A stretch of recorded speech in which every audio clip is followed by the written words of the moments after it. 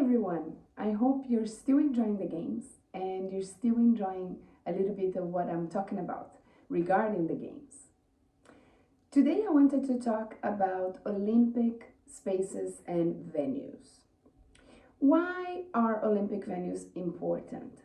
Well, in fact, Olympic venues are the biggest legacy, or I should say physical legacy, that an host city will receive, because a lot of the spaces, they are purposely built for a specific sport, um, and some spaces are built as multi-purposes arenas where you can even have concerts or a shopping mall afterwards.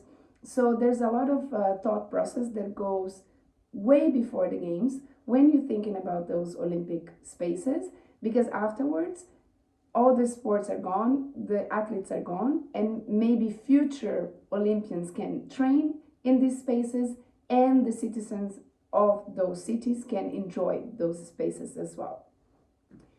In Tokyo, for example, we have 41 venues. And again, as I said, some of them were built just for the games or just for a specific sport, or actually shaped for a specific sport.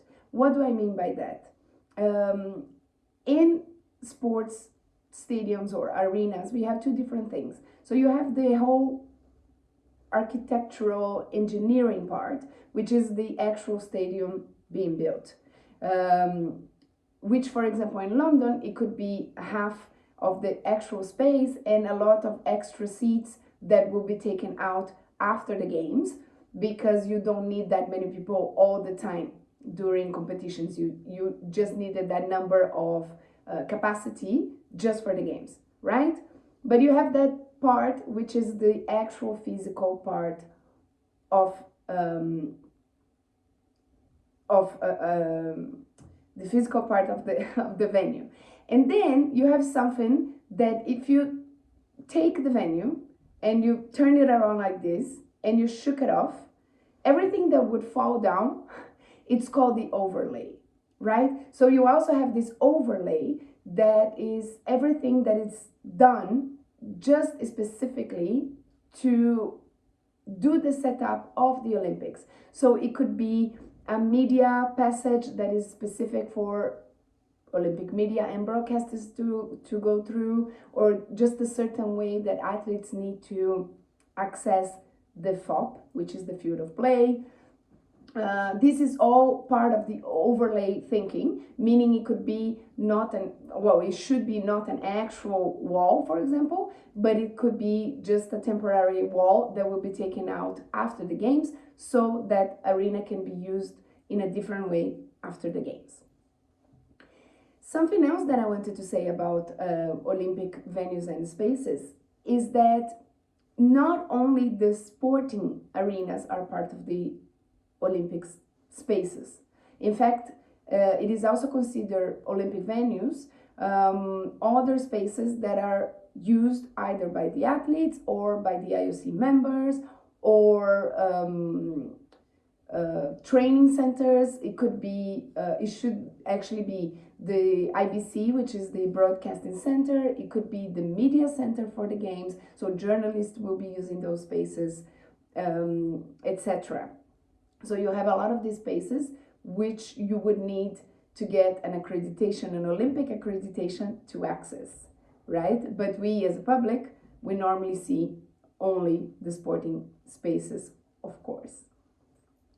What is also very interesting is that if you follow up the story of how each games were built, you can always see that famous architects are sometimes invited to build those venues, and or also that you have a lot of companies that are specialized in creating this type of sporting venues. So that's also very interesting, because you get to see the games from this point of view of design, if I may call it like that. For example, we had Zaha Hadid, who not only contributed to some of the venues in Tokyo, but also did the swimming center, the aquatic center, in fact, for London 2012, and you have many others, and of course you have local architects being part of that as well.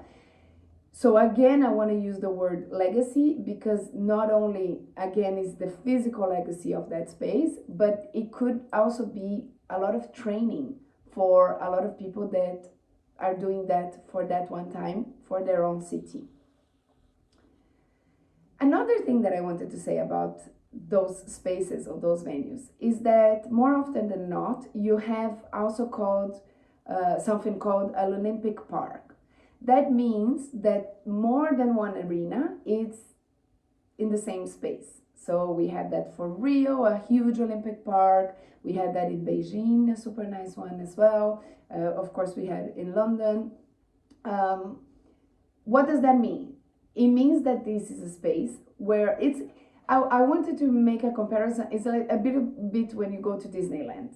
So you see all the rides around you, but you just enter this one space, and in this one space already, you already feel you are inside Disneyland because you have already all the restaurants and the music playing, and you already get this mood of excitement and entertainment.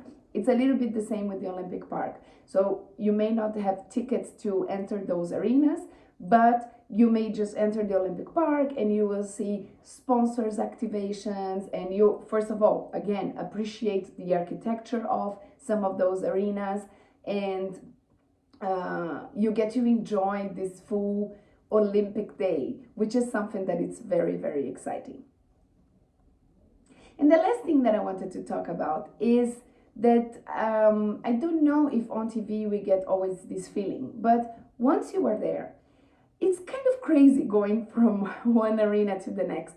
So sometimes you really need to plan your day as an Olympic fan because, first of all, you can have one host city, but this can be supported by several, let's call it satellite cities. For example, it's quite often that this happens with football because football normally is played in more than one stadium before the final. So you have multiple cities hosting those football matches, and you would have, 4 stadiums of football and then one stadium for the final. And not always all of them will be in the same city, which was, for example, the case of Tokyo 2020. Another sport that just joined Tokyo 2020, but it's obvious that this is going to happen a lot with this sport, is surf. So in surf, you don't have the beach right by Tokyo, so you had to go a little bit outside to do that sport. And this also happens in sailing. So sometimes it's very, very close. In Athens already, even though Athens is surrounded by the water, is a little bit of a different village that is just right next to Athens, right?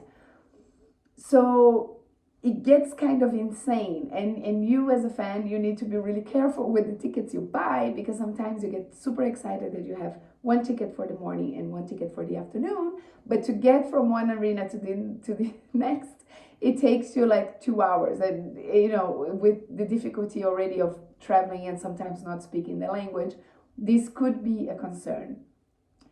Because it is a concern, I want to say that the government plays a big part on that architectural urbanistic planning because they also have to lay on top of everything the transport and the security and a lot of services and sometimes electricity even. So a lot of services that are provided by the government, and there needs to be an alignment between this government, which could be from the city level all the way to the federation level or to the nation level, to the national level, I want to say, with the organizing committee, right? And of course there is, as I've always mentioned, there is this kind of guardian eye from the IOC, but who is doing that is the organizing committee in alignment with their government, to make sure everything is okay and to make sure that you as a tourist in that place, because you have two hats when you visit the Olympic Games, right? You are a fan and a tourist. So you might be seeing the city from this kind of perspective. Once that you are going to an arena and also that you're doing a touristic sightseeing. So this is all thought from the point of view of the government. And I want to end the video here, but saying that this is an exciting part of the games, and it's again something that is very touching the games, and that sometimes we don't consider when we are in front of the TV just supporting our athletes. It is quite important that those spaces are built ultimately thinking about their well-being and their best conditions to perform in those sports. So not only the Olympic Village where they sleep, but also their training camps and also the ultimate competition site. Thank you so much for watching. I hope you enjoyed that, and I hope to see you here again